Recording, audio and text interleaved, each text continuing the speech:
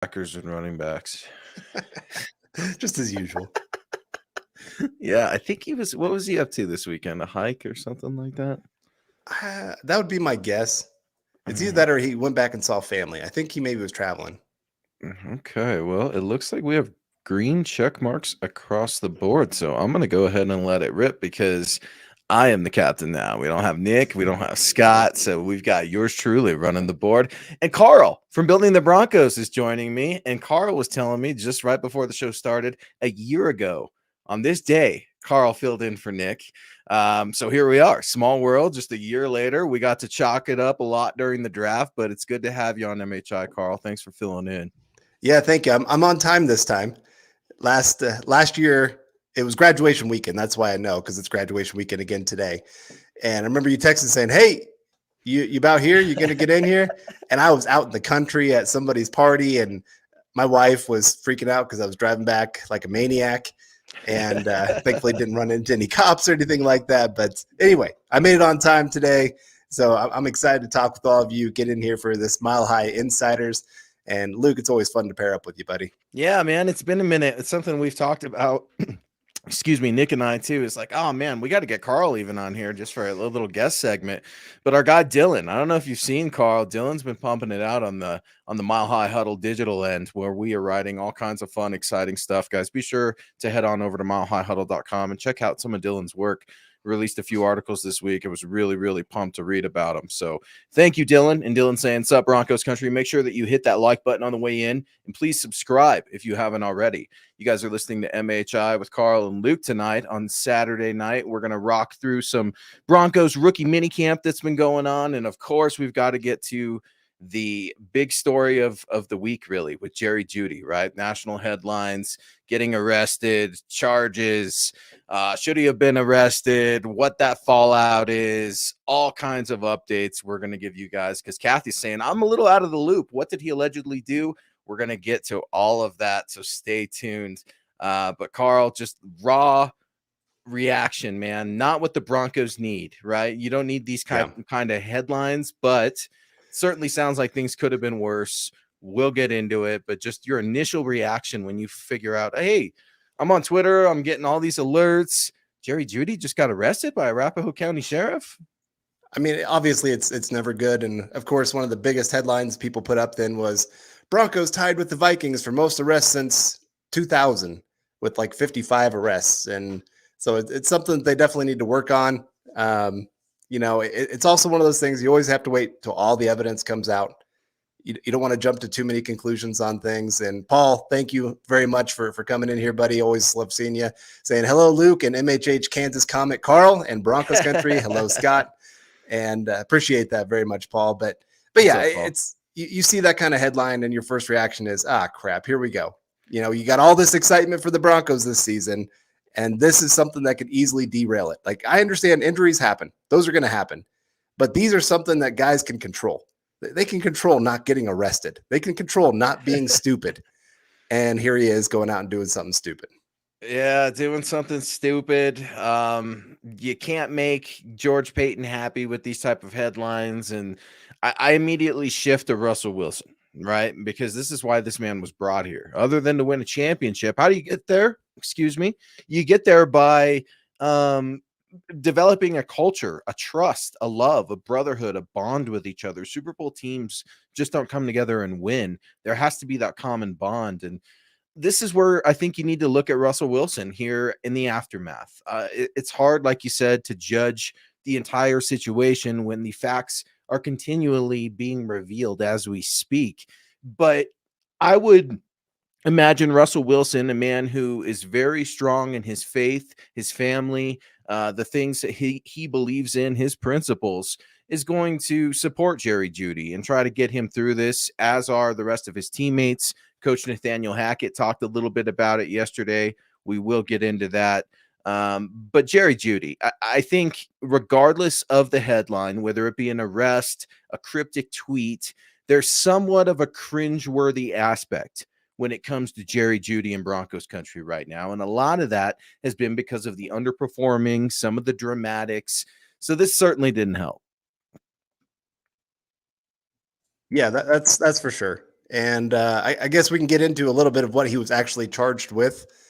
I'm trying to remember the exact wording. Yeah, of it. I got it right here. So Okay, you go for it. Yeah, so Jerry Jeudy, 23 years old, right? And that's sometimes a little bit of a trip for me, man, because we're old men now and you're looking at these kids in the NFL. The 23 years old was arrested on Thursday at his suburban home after his girlfriend reported that he had locked some of her belongings and items for the baby in his car, preventing her from returning to Virginia.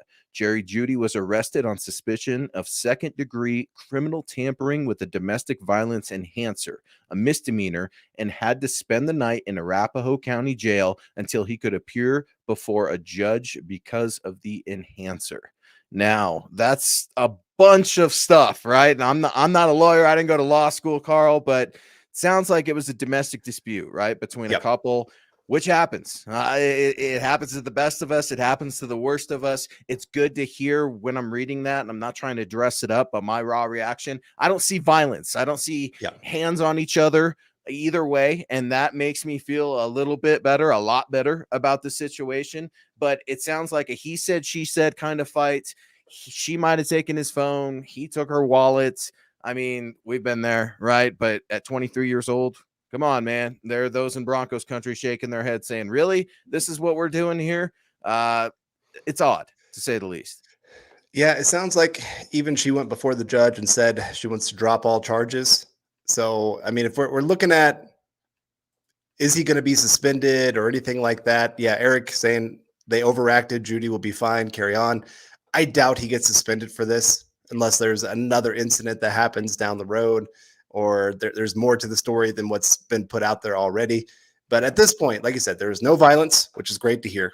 You know, when you see domestic violence, I mean, it has the word violence in it. So you kind of think there's got to be some violence. But I guess Colorado has some of the strictest domestic violence laws out there, from what I understand, in the country. That's right. Yeah, that's right. And it's I used to work in the fire department, and my dad's a chief, and working closely with law enforcement, I can tell you that a lot of times officers and for procedures to be followed, it's the he said, she said kind of effect. And sometimes to be safe, it's better to separate individuals in those kind of situations. But the arrest is what really seems to have people confused, including myself and Harvey Steinberg, who we all know here in Broncos country. He defends them all. He's a very high esteemed lawyer in Colorado and represents large legal celebrity athlete clients, if you will.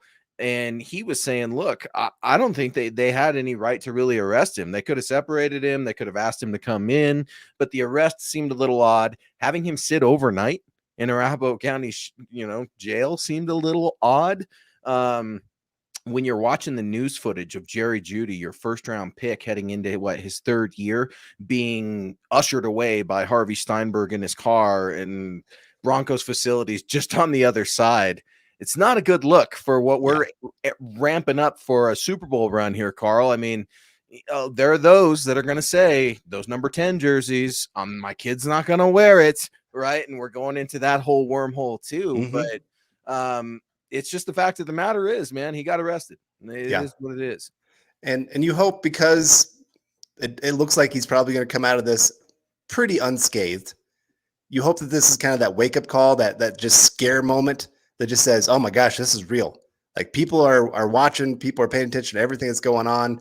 If news hadn't broke out, probably nobody would know about this. I mean, obviously nobody know about this, but I mean, for most people, these kind of incidents, people don't know that this has actually happened. But as a professional athlete, you got to realize everything's going to be scrutinized that you do.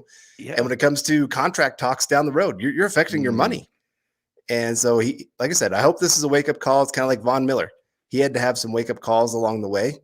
He had his incident where he got suspended. Was that his third year too? I mean, that was in 2013.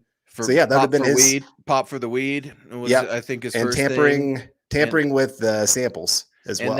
And then I think he had some unpaid parking tickets too that led to a warrant, I think. And then he turned himself in. So yeah, definitely a mess. Something that he can't not come back from. I mean, it's one of those things where it's like, okay, he's going to be all right. but you don't want to see a pattern. That's what Amy's saying right here, saying, look, if this was the only thing, yeah, but it has to become a pattern. I hope this is a wake-up call. He needs to stop messing around. Right. And I'm hoping it's a wake-up call for maybe the whole family, and not to Right. get too personal about it, but anytime there's children involved, I mean, you're a father, I'm a father, we're in platforms of responsibility. It's good to see that the child was safe among tense moments, and it's always tough to try to shield some of those arguments from your kids. It is what it is, but you've got to try as parents to be on the same team. And I think that's what you're going to see with Jerry Jeudy and the Broncos. Now, listening to Nathaniel Hackett speak about Jerry Jeudy yesterday, what was your overall impression? Because I felt like coach was very supportive. He still had that energy. We're still getting used to Nathaniel Hackett, but it seems like he kind of went out of his way to back number 10. Yeah, and you love that as a coach, to see that he's going to support his players in these kind of difficult moments, because it's easy to support somebody when they're on top. Oh yeah, you're doing great, but when tough times come, who sticks around? And if you got your coach that's sitting there willing to listen and say, okay, what's going on? Talk to me, and we're going to help you through this, whatever we need to do. Mentor him. Yeah, Jeudy needs a mentor. You kind of hope that can maybe be Nathaniel Hackett. A little bit as a coach, but also you're hoping some players can step up. Justin Simmons, Russell Wilson, some of these guys that can kind of help him out along the way. He needs that. And look at that. As you were saying that, Carl, I'm thinking, is he the only father in the wide receiver room? Because I think a lot of people would say, well, look at Timmy Pats and look at Cortland Sutton. And I'm not sure that either of those gentlemen have children. I could be completely wrong, but yeah, Jerry Jeudy's a new dad, right? He's taking a new step in not only his career, but his life too. And these are things where I think a good mentor, Russell Wilson, could come in here and really kind of scoop Jerry Jeudy up. And it's tough because I think you've got those like Mike, who's one of our biggest supporters, who's an Alabama diehard, right? So he knows Jerry Jeudy. He's used to getting Jerry Jeudy on the television and seeing this good kid and coming from a good home with a good mom. And everyone knows the tragic story of his sister passing away. And, we want to like Jerry. We really do. So I think Broncos country is ultimately going to reset and kind of simmer down just a little bit. But Russell Wilson, this is why you're here, man. And that's what Gio's saying. Russ is the ultimate mentor. And that's just it. But as you know, Carl, in order for someone to lead, you've got to have someone to follow too. So is Jerry Jeudy willing to move onward and upward, or is this just kind of let's brush it to the side and keep moving? I would hope he takes the situation that might be a little tougher, a little awkward at first, but you will see it's a very forgiving fan base in Broncos country. Yeah. And we got Paul coming in saying Jeudy needs Luke and Carl, both the best guys ever. Thanks, Paul. Oh, man. I'd love to mentor him. It'd be a lot of fun. That would be awesome. I feel old. I think that's the only reason I could mentor him. I'm not so sure I'm as wise as you, Carl, but I'm an old man compared to Jerry Jeudy. It's crazy, though, seeing these Alabama cats. And I even thought about Pat Surtain, too. I mean, these cats know each other. They went to college together. Now they're playing on this pro team together. You look at Kareem Jackson. There's another Alabama guy for you, Mike. I mean, so Nick Saban, what's going on over there in Alabama? And I know we could take some jokes there about that wide receiver draft class and things like that. But I think ultimately this too will pass. It really will. And I think it's a good thing that it wasn't worse, right? Right. The physical violence is something that there's no excuse for it ever. George Payton's trying to take this team that's for sale, by the way. I mean, come on, guys, trying to lock down a sale here. Not that this is going to stop a sale or anything like that, but the timing of it is never good. It's the off season. We were talking about that right before popping on the show. I was even talking to my dad saying, man, it's tough because this time of year you're starting to look for trouble. Or expect trouble. And back in the day, right, the reporters before we got into this business used to call the newspaper article journalists and reporters. They used to call the sheriff's department, call these jails, try to figure out if anyone was booked of celebrity status or professional athlete status. And now you've got this little thing called Twitter. And it's just the fastest news stream or way that you can truly get any sort of information in real time. And that's completely changed the world. Yep. And like I said, we're going to learn a lot about Jerry Jeudy this season. I mean, we knew that before this arrest was going to happen. And Paul saying, I'm so old, my first tablet was Stone. I There you love go, it. bud. But yeah, we're going to learn a lot, just not only his ability to play with a good quarterback. Can he go out and be the star that was supposed to be that top 15 pick that he was? Can he rise above this kind of moment? Or is this where you see that downhill trend? Like I said, Von Miller, he had 3 different incidents right in a row. Like it just all kind of started just building to something bigger. Like each of them individually, not too big of a deal. The tampering with samples and trying to bribe the sample collector or whatever, that was bad. But I mean, parking tickets, okay, yeah, you can learn from that. Just don't be stupid. Get your guy that's supposed to pay all those things. Make sure he's getting that all done. You're good there. And yeah, some people talked about DeMarcus Ware getting in there, helping him out. That's true. And like I said, we hope that Russell Wilson can be that for him. It doesn't have to be a wide receiver to be his mentor. I know DeMarcus Ware was an edge player, Von Miller was an edge player, but you can have a quarterback that can go out there and be a great mentor for them. Peyton Manning was a great mentor to DT, to Emmanuel Sanders, to Eric Decker. All those guys, they looked up to him. And so we can have the same thing with Russell. And I know he'll do that. I know he's one that wants to devote time and energy to building up players, both personally and professionally. And go ahead. No, you talk about, as you were saying that, it doesn't have to be a wide receiver. Another name just popped into my head. What about Coach Zach Azzanni? This guy is he's primed to be an offensive coordinator at some point. I mean, he just can't. He's like a bad penny that Denver can't get rid of, that they absolutely love.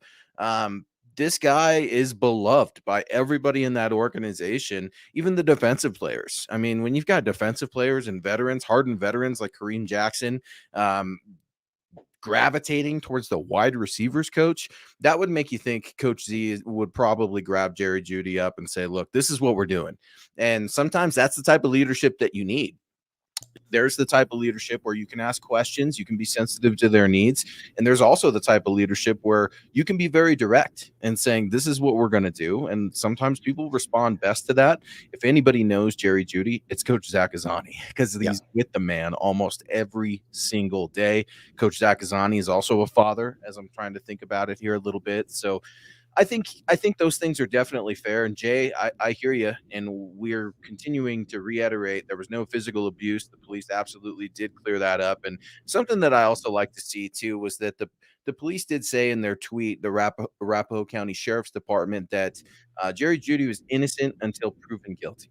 And I want to reiterate that and support that over and over again, because I, like you, am a very proud American, and we have our unalienable rights. And this is one of those, innocent until proven guilty. And these details are continuing to come out. You mentioned earlier that his girlfriend is requesting that the charges be dropped. And I think it's a learning lesson for them as well. It's embarrassing. You've got a little bit of egg on your face. But that's okay, because you can clean egg off of your face. You can't clean bruises or battered people, or God forbid, someone other than an adult was hurt. But those things didn't happen, and you've got to feel okay about that. This was surely like the best case scenario. I feel weird saying that with this arrest, but anytime you hear Broncos player arrested, no bond, I'm like, oh no, what's this gonna look like? And all we can do is speculate on Twitter, myself included, right? I'm out there saying, I'm the guy right here. I'm the clown out there saying, here we go. On the scheduled release day, Jerry Jeudy's worried about getting released himself, from the jail. I don't need that. We got primetime games. It's back.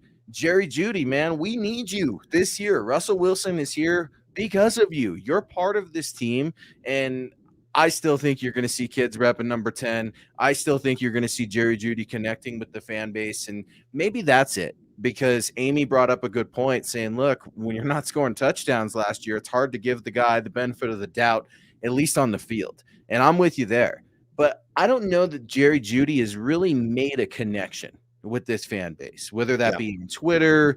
I'm sure he does great work with folks all over the city, but I just haven't seen it. What do you make of that? Do you think there's a relationship there, or do you think it's still kind of forming and building as Broncos country and Jerry Jeudy kind of get to know each other? It's not quite what you would hope. I mean, it's not like Justin Simmons, who is one of the most well-spoken Broncos out there, obviously out there in the community doing great things. he's kind of the face of the defense that you want out there. Jerry Jeudy, he's kind of an immature guy. I don't know if you watched any of his videos that he's put out there. There's a lot of like he looks like he's still that teenager wanting to be the college kid, and he is. You're right, 23. He's still a young guy. We have to keep that in mind that there's going to be some maturity issues coming in, and so like I said, I hope this is that growing up moment. You hope having a kid, just had his first kid. That's a huge moment. You know that, I know that. Like, life hits you hard in that moment. It's like, oh my gosh, I got to take care of this kid now. It's not about me. It's now about this kid. So you hope that that's a wake up call. You hope again, now this arrest, first time getting arrested, I think, you hope that's that wake up call of, man, I just spent a night in jail because I made some stupid decisions. And so you're hoping along the way, both these things just make him become a greater player because he's more mature, more focused, more ready to take on all that is ahead of him. And this is also kind of a contract year for him in the sense of they make a decision on his 5th year contract, if they're going to pick that up or not after this season. And so there's a lot riding on this moment. And the Broncos have said, hey, we're going to give you everything possible to go be successful. We've improved the offensive line. We've obviously improved the quarterback position. So we're looking good here. You could go and have one of the best seasons of any wide receiver in football for 2022. It's all right before you if you go take it. And so you just hope, again, that wake up call, as Riptide says, wake up call, y'all, acting like he's been in trouble a lot. He's not. You're right. He's not been in a whole lot of trouble, but it's still worth talking about because, again, he's in that contract year. You hope your first round picks turn into second contract kind of guys. You don't take them in the first round to say, see you later after 4 years. So you want this guy to be a star, or at least even maybe a trade piece for next year as well. If he goes has a great season, he could become one of the most valuable trade pieces for the Broncos. We just saw wide receivers getting traded for first round picks left and right in this last draft. So the Broncos need him to be great for many different reasons. Jerry Jeudy needs to be great for himself for many reasons as well.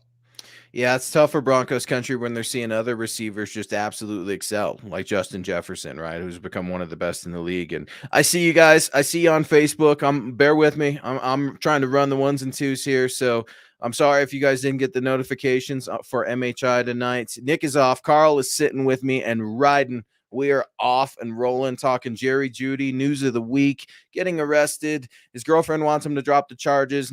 Domestic dispute, nonviolent. Let's go ahead and say that, where wallets and phones were stolen and locked in cars, and there was drama, and lawyers are stating people shouldn't have been arrested. And here we are. It's the off season. Who said the NFL off season's boring, Carl? We're kicking it off here in Broncos country. And the other kind of interesting aspect for Jerry Jeudy is, him and the fan base are getting to know each other, but I'm seeing it a little bit in the chat here. And Buck Lau is coming in saying, despite his skill set, Jerry Jeudy doesn't seem like a fit culturally in Denver. I know he's young, but he has to get better mentally. And that's an interesting comment because it kind of supports the previous question that we were trying to answer of, is Jerry Jeudy and the fan base trying to connect? And Jerry Judy's a Southern cat, right? And very proud of his roots and everything. But you see a lot of those cats here on this football team and across the NFL. So I don't know if it's a culture thing. It could be a personality thing. I know he was very excited to get drafted by the Broncos. He loves being here. I don't think he wants to be anywhere else. And now that Russell Wilson's here, but he's young, man, 23. All the stupid things I did at 23, and it wasn't that long ago. Now that I think about it, I'm gonna be 31, so it wasn't that long ago. And thank God I wasn't a first-round wide receiver who was being scrutinized over every little move, because that's tough. It's easier for me to sit on a podcast and sometimes issue some criticism because that's our job, but to live that would be very, very hard. Not saying that's an excuse or you should feel sorry for these guys. They deserve it because they get paid so much. It would just be tough, if I'm being completely honest. And I don't know when the details are going to be completely revealed, what the legal process is going to look like, but I think Broncos country is very eager to hear from Jerry Jeudy. I don't know when that'll be, but the Broncos like to get players out and get them in front of things and move on. Even going back to looking at Kareem Jackson, a lot of talk about forgive and forget. Kareem Jackson got arrested a few years ago for I don't want to say DUI because I think it was driving while impaired or something like that. It wasn't a complete DUI, and him and the Broncos were able to work something out where the news was released at the end of the year. He served a 2-game suspension, and then another 2 games rolled over the following season. Talk about forgive and forget. He's came back for 2 contracts since then in Kareem Jackson. And so it's not like Jerry Jeudy's out there driving drunk, trying to kill anybody or anything like that. But I would just imagine that the Broncos want to get him in front of this sooner rather than later. And the PR team does a fantastic job of getting these guys and putting them in front of a microphone saying, look, you got to take one. And by taking one, I mean, you got to take at least 1 or 2 tough questions. And we ask soft questions in this market. I'm saying myself included. I mean, this isn't like Philly or New York where people are just cutthroat and just savages in the media. This Broncos media is extremely team friendly. And I don't think Jerry Jeudy is going to have a huge amount of egg on his face in the long run. Yeah. And I like, who was it, was saying, here, Riptide, saying we don't need to hear from him. Let it be actions speak louder than words anyway. You're right. I mean, the actions are going to be the more important part of it. I don't mind him getting in front of the media, like you said, and answering a few questions, but then he's got to go back it up on the field of producing a great season, backing it up as a father, backing it up as a member of this community, all those kind of things. So, like I said, I think he can still go be a great player for the Broncos. I think he can still go have an incredible NFL career. He's got all the skills in the world to go be one of the top 15 receivers in football. There's no question about that. He's just got to commit himself to it and say, that's what I want. And I'm going to make sure that is exactly what happens. And so I was trying to think, you were talking about his personality, just not mixing with Denver. I was trying to think of any player that reminds me of him personality wise that's been with the Broncos before. He's very soft spoken. Right, Jerry Jeudy. Like try describing Jerry Jeudy, and I'll open this up to Broncos country in the chat. Describe him with some adjectives, because he doesn't. I don't think he likes necessarily all the attention all the time. I really don't. I think he can be a little flamboyant at times, but heck, you have to be if you're a receiver. But he's an odd receiver. I think we're trying to figure him out. Yeah, the name that kept coming to my mind was Julius Thomas. He was kind of quiet, but at the same time, like he had kind of a big personality on the field. Like when he'd make a big play, like you just saw it. If I'm the man out here, he had some alpha dog to him, for sure. And I don't know that Jerry has that. Yeah, well, I guess we're fixing to find out. Part of it, I think, has been just not having a quarterback to take advantage of his skill set. He hasn't been able to make the big plays like you saw there at Alabama, where the ball's getting out in front of him and he's actually able to run with the football. I can't wait to watch that this year. That's going to be a big thing of just seeing him take a 10-yard pass and turn it into a 40-yard play. He had a few of those, but Drew Lock, Teddy Bridgewater, they were not great quarterbacks for him. And we got Steve Hearn coming in saying Jerry should have to talk to the rookies about avoiding these situations.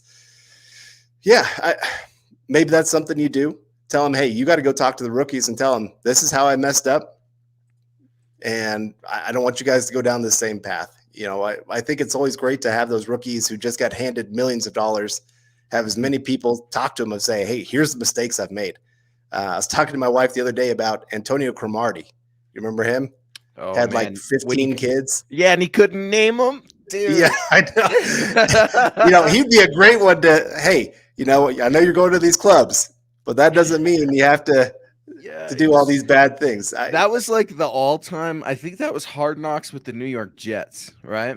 And I think Rex Ryan was the head coach, and that's right when he got in trouble too. And so that was the best Hard Knocks, I think, of all time, just because it was a complete you-know-what show. Travis, I see you, man, asking what's going on with Facebook. I says it's up, man. It says it's green check marks. I'll try to work some things on my back end here, but bear with us. The platform is always a little screwy when you don't have someone that knows what they're doing with the ones and twos on it. But we are on it. And by on it, I mean it's MHI Tonight with Luke and Carl. We appreciate you guys rocking with us, Broncos country. Please head on over to the mothership at milehighhuddle.com. You can find all of our written, digital, our video, our podcast access, all of those things. There's no subscription fees or anything like that. People work while we sleep. That's the coolest part about this. Like our guy right over across the pond, our guy Keith, man, he's literally, we're sleeping and he's putting out all these Broncos stories. So by the time I wake up, I can't even get to him because he's got the work done. Head on over to milehighhuddle.com. Again, check out Dylan Von Arks as well. Our guy, you know him, you love him. He's one of our Super Chat superstars. Well, he's more than that now because he's pumping out all kinds of articles for us on milehighhuddle.com. So head on over. You can find Carl at Carl Dumler, MHH, yours truly at Luke Patterson, LP. And then again, that's the mothership at Mile High Huddle. And it looks like we've got some dissension. Imagine that in the chat here where people are kind of arguing over Jeudy. And this is a topic that I think we're a little, at least for me, I'm going to speak for myself. It's awkward to talk about because this is not what I got in this business to do, is talk about athletes getting arrested. I would much rather talk about what routes I want to see him run this year. And let's see which cornerbacks he's going to match up with in the AFC West. Just training camp. Talk about training camp matchups. I mean, I can't wait to see him and Pat Surtain. But here we are, because this is going to affect the Broncos season. Once this investigation's done, you're going to wonder what the Broncos are going to do for punishment, if any, and then the league, if any. It's just one of those situations. I don't know how long it's going to take. I don't know if we're going to have a new owner before all this stuff is figured out, and that is very much ongoing as well. It's just an odd time of year because this is usually reserved for quiet stories, right? Rookie minicamp this week. That's it. No, you got Jerry Jeudy, your starting first-round wide receiver, arrested. You got the Broncos trying to get sold. I mean, it's absolutely crazy. You got some guy named Russell Wilson, the new intern down there this summer at training camp. I mean, schedule release, 5 primetime games. Absolutely crazy. Let's spin it a little bit to the schedule, Carl, because I know you were on Tuesday on Building the Broncos, but you didn't get to react to the schedule then. We had a few leaks here and there, but man, first game, Monday night in Seattle. That's going to be super exciting. How are you feeling about the first game of the year for the Broncos? That's who I was hoping for a few different reasons. One, I kind of like to start off the season on the road. It means then you got more home games to kind of finish out, although the Broncos were going to have less home games this year because of the schedule, but one of those kind of gets negated because of the game over in London, so it's not really home or away game. But the reality is, like I said, starting off on the road gives you more home games to move forward. 2, I like catching Seattle early on. Drew Lock, one of his problems, if he's going to be the starter, we don't know if it'll be him or Geno Smith, but he's not the quickest. He's not the quickest learner. So he kind of, usually some of his best games are those last 6-7 games of the season. So if you want to catch Drew Lock, catch him week 1 where he's still trying to get used to the playbook, get used to other players. And I think, with the Broncos being healthy, get Russell Wilson, get that game out of the way. So he's not having to think about it for the rest of the season, just get his return back to Seattle out of the way. And so, like I said, I'm excited for that. And I think it's one of the more winnable games on the schedule. I'm not going to say that they're guaranteed to win, but I think it's one of the more winnable ones.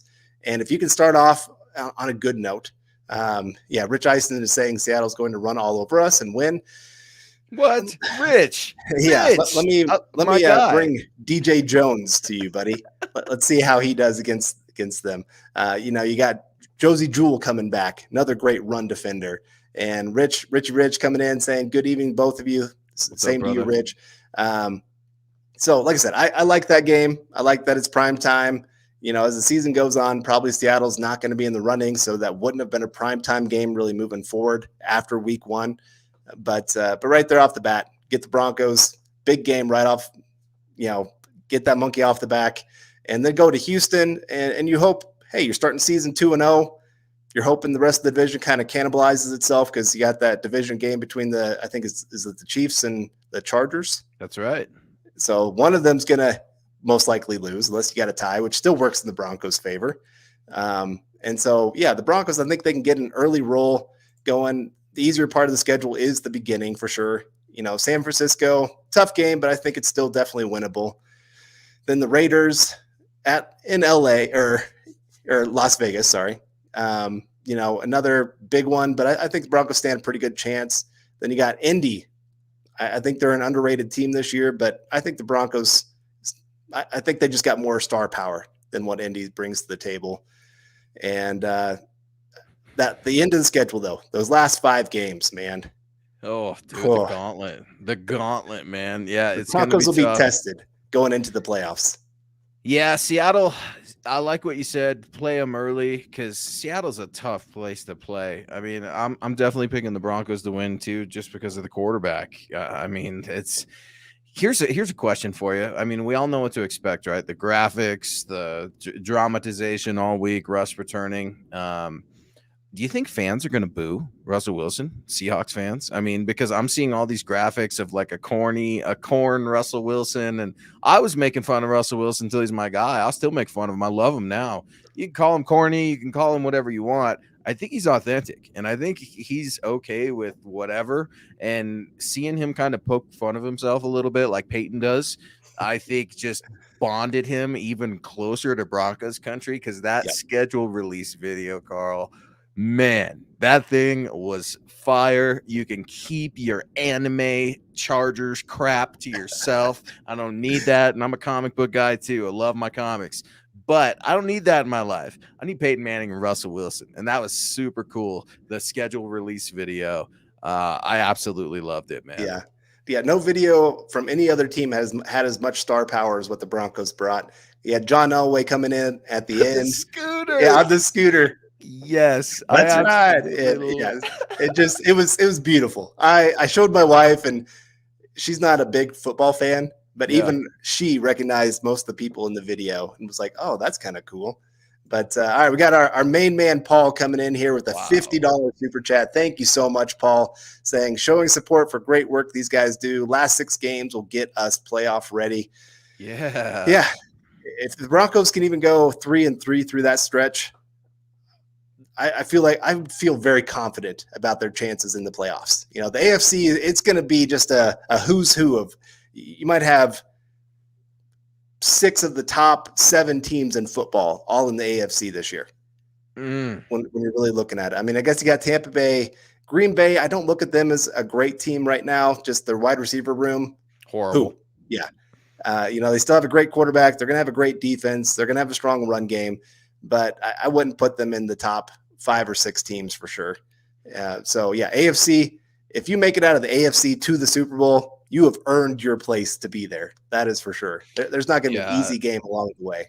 The AFC is so nasty. You're absolutely right. And Paul, thank you so much, man. Appreciate you rocking with us because Carl, hope it's as fun for you as it is for me, man, because Nick is our guy, right? We love Nick, but sometimes it's fun to switch these shows up a little bit, talk to some new friends and old friends that we don't regularly see. And it's cool to see folks in the chat, just like our guy, Michael, and Michael's repping Broncos country hard out of Arizona. We appreciate you, Michael, and thank you so much.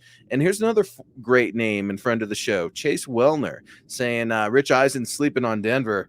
Talks about transition with a new coach, but says nothing of Josh McDaniels. Yeah, Josh McDaniels is moving kind of quietly out there, I guess, in Las Vegas. We'll have to see, but the AFC West is absolutely stacked. I wrote an article last week from Jason LaConfora saying that he actually picked the Broncos and the Chargers both for getting in the wild card. That's just how stacked that AFC is, to your point. And I think the division is just such a beast. And you start talking about pass rushers, it makes me wonder about left tackle, right tackle, all these kinds of things.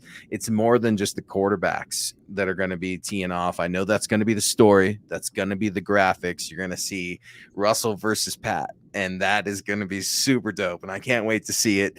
You're going to see Justin Herbert versus Russell Wilson. I mean, all these cool things. And the Chargers video was kind of cool, I guess, when they showed Russell Wilson for what, like half a second? I mean, give me a break. The guy's a 9-time Pro Bowler, Super Bowl champ.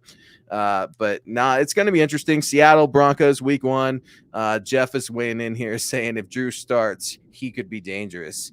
No, I don't think so. I think that Seattle is losing it a little bit. They might have just a little twinge of jealousy, a little bit of bitterness, because when Pete Carroll's out there saying that Drew Lock would have been the number 1 quarterback taken in this draft, Carl, like, I hear you. It's a bad quarterback class. I hear you. But no, dude, Drew Lock would not have been taken as the first quarterback in this draft class. What say you? There's a couple guys I would have definitely taken over Drew Lock. Who go ahead. Let's Malik Willis for sure. Boom. Thank you. Would have been one. Kenny Pickett. Kenny Pickett. Yeah, even with his small hands, he showed well in his college game and showed improvement every single year. So I would have probably been pretty excited about him as well. And he can think. Kenny Pickett can think. That's the thing. Like, yeah. And I'm kidding a little bit, of course, but it's not the physical limitations for Drew. It never has been. It's Can you transition the chalkboard to the field? That's the biggest thing at any position, but especially quarterback. And that's what minicamp is about. That's what this weekend is about. Coach Hackett was asked yesterday, what are you expecting out of these rookies? And he just kept reemphasizing over and over learning. This is about learning. It's about teaching. I find that fascinating. I don't particularly enjoy tests, like written tests and stuff like that, right? But I've dived down a wormhole, Carl, where I've read books talking about the psychology behind test taking, strategies, things like that, and how we actually react.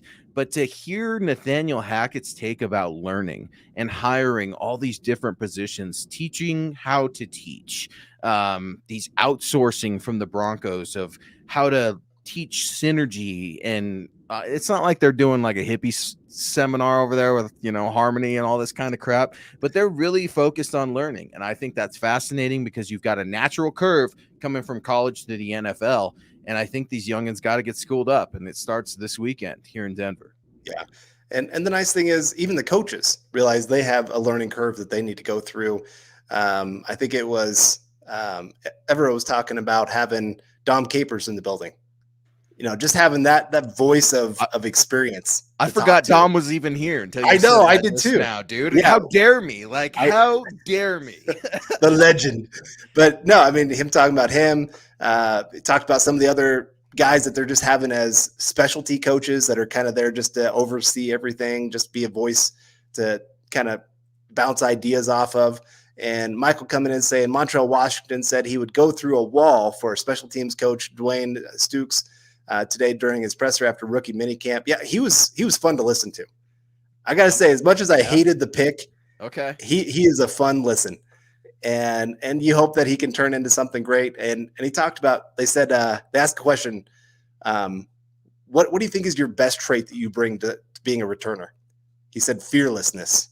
I love that answer. Ooh, I got goosebumps. I know. You gave me goosebumps. Fearlessness. Yeah. Well, you better be, because you're super tiny and you're going to get like your teeth caved in here any second, unless you're calling for that fair catch. I absolutely love it, Michael. Thank you very much. Montreal, Washington. Yeah, we were on air together when that pick came in, and we were both kind of like, huh? From Samford. And then I'm writing up the pick, and I'm like, dude, to be honest, I had this cat so low undrafted, I didn't even know who he was. I had to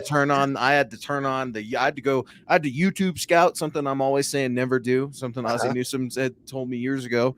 But yeah, it's just this cat is odd.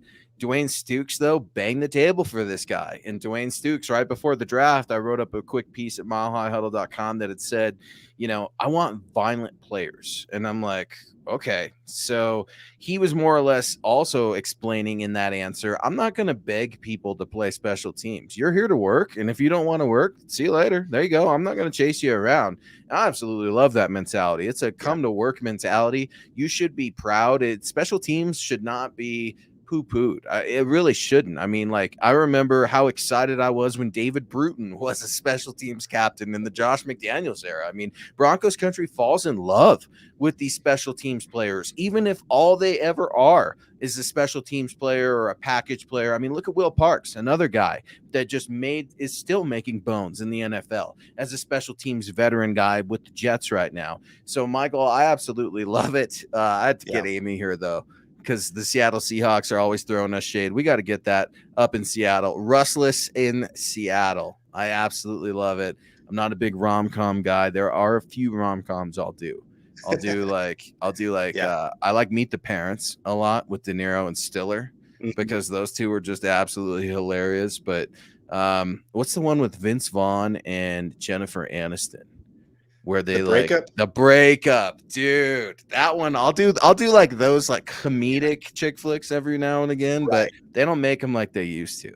Right. Yeah, they've gotten a little weird. But no, something else I loved about the Washington pick is Stooks was actually talking about he wasn't the one that found him. It was Azani, wide receivers coach Azani. Really? Said, hey, I found this wide receiver that I really like, but he's really good at special teams. Take a look at him. And then Stooks watched him and said, yeah, I love this kid. And so actually both of them were pounding the table for him. So it makes me feel a little better when you got two position coaches that are, well, I guess one special teams coordinator, one position coach, both pounding the table for this guy. So they see something more than what we see. You know, I'll be honest, it was hard to find games that this guy played in. Yeah, Samford, not Stanford. Right. You got the Florida game. Everybody's seen that. And it's great to watch that one. But I like to see what's his best game? What's his worst game? I want to watch all of those. And obviously, like I said, it's hard to find those. But we'll see what he can bring to the table. You know, maybe he'll prove us all wrong and that he'll be that diamond in the rough that nobody sees coming, and he becomes that star player. Like you said, special teams guys, they can get recognized. They go out there and make plays. Terrell Davis, and that's how he made his mark to start off his career. That huge play in the preseason game where he ran down the field and just had the big hit. Yep. And so, you know, he's even talked about right before that, he was thinking about quitting football. Then he goes out and makes that play. Everybody's talking about him, makes the team, boom, becomes a Hall of Famer. And so special teams can change a person's career. I hope these guys understand that. I'd bring guys in like Terrell Davis, Bruton, bring him back. Kayvon Webster, bring him in. I mean, his work in the playoffs in that 2015 season helped win a Super Bowl. Yep. You know, you don't always remember all of those plays, but some of his work of getting down the field and pinning a team inside the 5-yard line, huge. And the Broncos have been terrible at special teams. Every game when you're going in knowing you are losing that part of the game, you know, you got 3 phases of the game. You already know you're losing special teams. That means you got to win offense and defense just to win the game. And Broncos were not good at offense, obviously. A few games weren't great at defense. And so at least now, Broncos look like they have a better chance to be good on special teams. Yeah, and with Montreal Washington, you know, another thing, I guess he's leading everybody in gassers. That's one thing that they brought up at the presser too. I mean, he's out there in the front of the pack, as you should be. You're the fastest guy on the team. KJ Hamler, I'm told they don't want him anywhere near the special teams unit right now. They just want to ease him along. So no, I don't think KJ Hamler's anywhere near the punt return, kick return role. So they want to just kind of milk that a little bit with that rehab that KJ Hamler. These speedy guys, man, you got to watch for some of these injuries, because if they lose their explosion, it could be really, really tough. And yeah, it's just KJ Hamler. It was interesting to hear from him a little bit this week. Trying to find out and project KJ Hamler's role is very hard for me, at least, Carl, this year, because obviously the ideal thing is I'd love him in the slot. But, you know, then you look at Jeudy, and I'm like, well, I love him in the slot too. You've got your 2 big-bodied perimeter guys. You could put Jeudy out there on the perimeter if you want as well. But you've got so many options. KJ Hamler, I think, just sometimes gets a little bit lost for me, and I don't know if that's strictly because it's an embarrassment of riches or I'm waiting on his rehab to recover. What do you really make of KJ Hamler and the new look Nathaniel Hackett, Justin Outen offense? Yeah, you're right. There's going to be some challenges. I think the nice thing that he brings is he obviously offers that deep speed ability to win over the top, to stretch a defense out. And what does Russell Wilson do best? Throw it deep. Yeah. So KJ Hamler can at least find a role that way. You hit a couple of them deep, make a defense have to back off. Then you attack them with the run game. Then when they start creeping up, say, KJ Hamler, get back out there, win over the top. And so it's kind of that nice little give and take of if you can try to attack teams in different ways because you have all these unique weapons.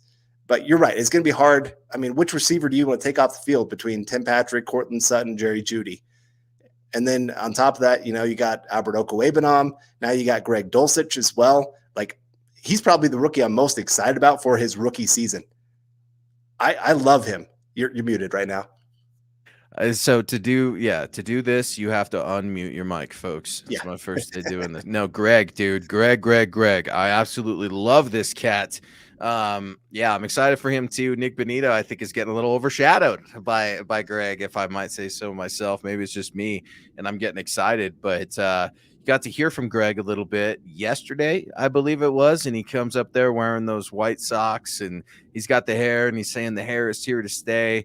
I love the confidence. I think some people are taking it as arrogance, but you've got to have somewhat of confidence in yourself to play in the NFL, especially if you're a walk-on, at UCLA. Man, talks about getting the phone call from Albert O, from who else? I'm trying to think. Andrew Beck, some of his teammates on the tight end room saying, welcome to Denver. And I'm just thinking, man, Nick is giving me hell every week because he's like, Russell Wilson doesn't utilize the tight end. What he historically hasn't had great tight ends in Seattle, folks. Name me the last great tight end that Russell Wilson played with. And don't say Jimmy Graham. Do not say Jimmy Graham, because he was a shell of himself as soon as New Orleans traded him there. The smartest thing the Saints ever did was not pay Jimmy Graham, because Jimmy Graham, if you remember, and I know you do, he wanted that big wide receiver money. And while Russell Wilson loves to go deep, this AFC West is going to respond as going deep. They've got to somehow combat some of those big, deep balls. So what can Russell Wilson do? He could utilize the middle of the field. He's got awesome ability in the tight end room with Alberto, Greg Dulcich. I'm really excited to see him. Well, we got, of course, Disley Riptide's letting us know. No, that only happens when he plays the Broncos. But every tight end looks like a Hall of Fame tight end at that point. Dulcich, I'm very excited just watching his routes. Man, he is so smooth as a tight end. You don't see tight ends moving like that. No. And, he doesn't have the long speed that you love to see, but he's got that short area quickness that I think is more important, especially for the tight end position. And we got Heath Holmes coming in saying, I think Russ is setting up to use the tight end like never before and shut up all the haters. I think so. I think there's a good chance. He's got, obviously, Albert Okwuegbunam, big tight end. I mean, red zone guy, go out there. He could put up 8 touchdowns and only have maybe 20 catches on the season. Yeah. Just because you throw it up and let him go above the rim. Well, and that's what drives me crazy when Nick's like, Russ doesn't utilize the tight ends. And I guess my argument to that has always been, is Russell Wilson a Hall of Fame quarterback? Because the last time I checked, Hall of Fame quarterbacks take what defenses give them. And that's exactly what the tight end position should be for the Denver Broncos, because the receivers are just so ungodly deep on this team. I mean, to have to plan for potentially 3 number ones, good Lord, that should leave your tight end sitting there saying, hey, I'm here in case you need me, or 2 of them. And then you start talking about this rookie that's being asked, hey, what about blocking? And he's up there saying, yeah, I'll block. Absolutely. I'm being coached up, but I'm willing to do whatever's asked of me. And I think maybe you could even see this cat playing some special teams this year and making an impact there. He did at UCLA. So he's one of those guys. He, like you said, he was a walk-on. But yet he still played as a true freshman, as a walk-on at UCLA. that I think that never happened before for UCLA.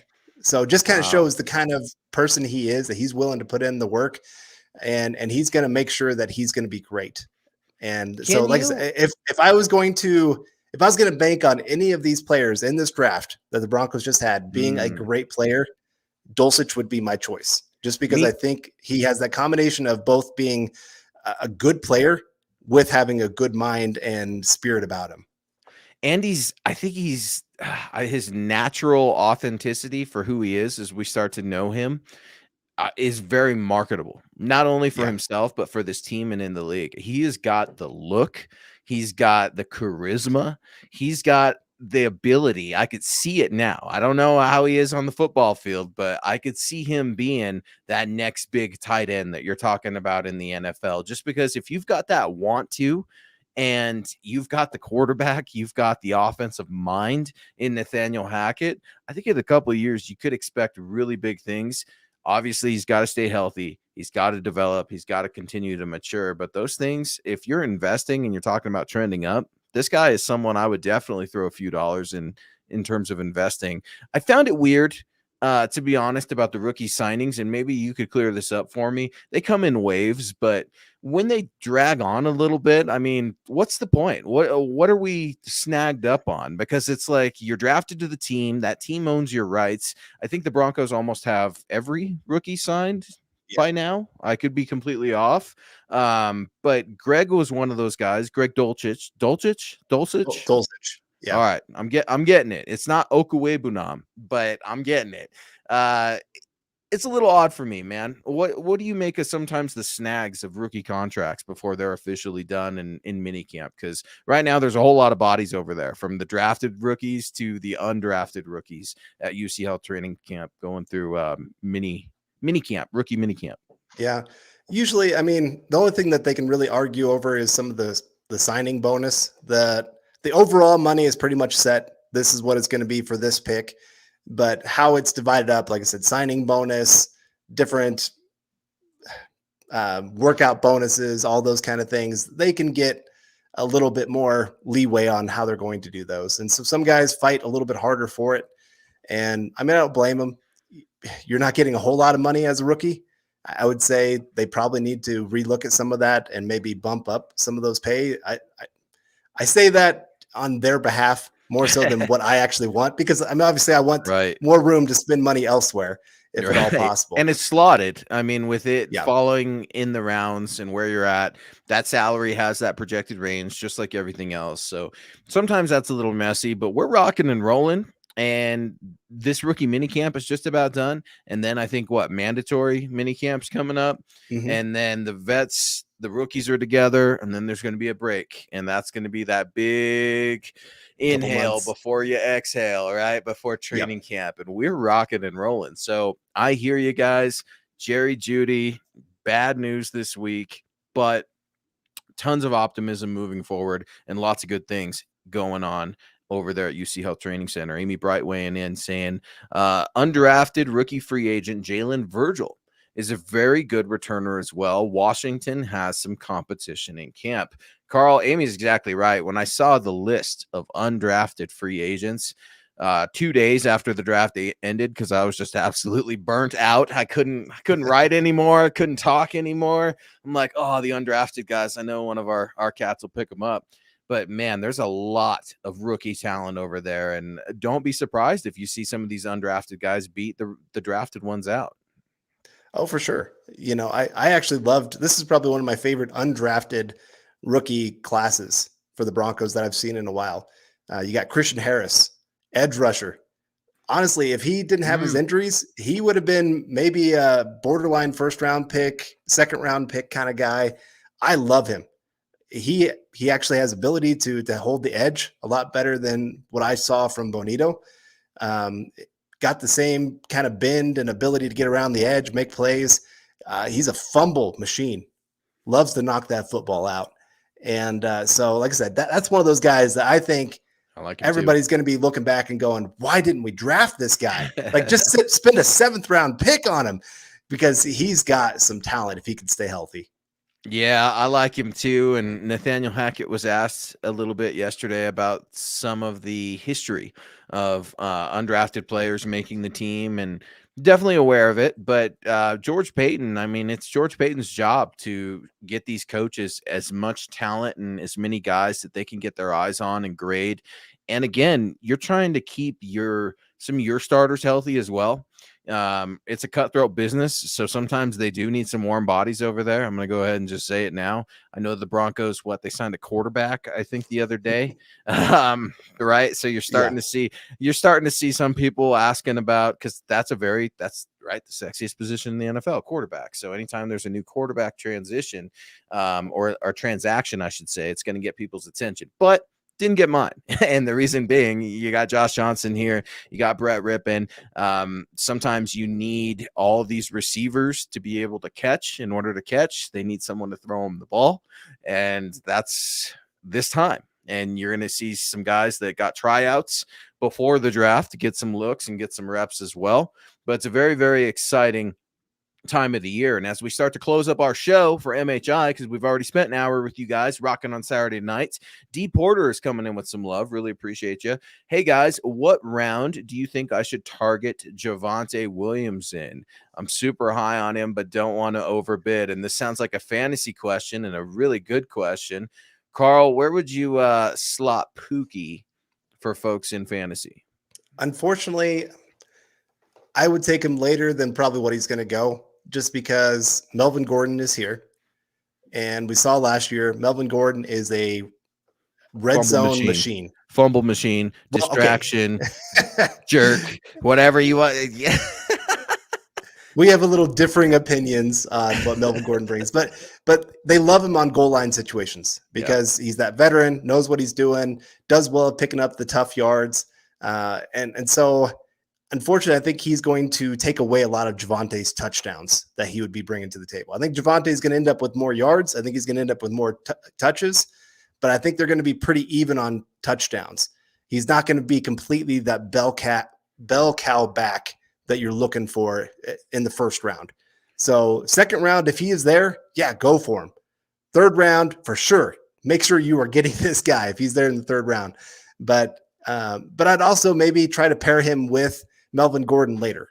Like you might be able to get Melvin Gordon later, because if one of them goes down, then all of a sudden you got the bell cow back and it's looking good for you. Yeah, I hate to say it. You're right. Just because, when Melvin Gordon got re-signed, I was super pissed off because I see no need for it. I really don't. The guy to me is so unreliable. I get that he had a decent year, but in the big moments when the chips are down, I think he's unaccountable. I think he is only here because he was Russell Wilson's teammate in Wisconsin. If Russ wasn't here, I don't think Melvin Gordon would be here.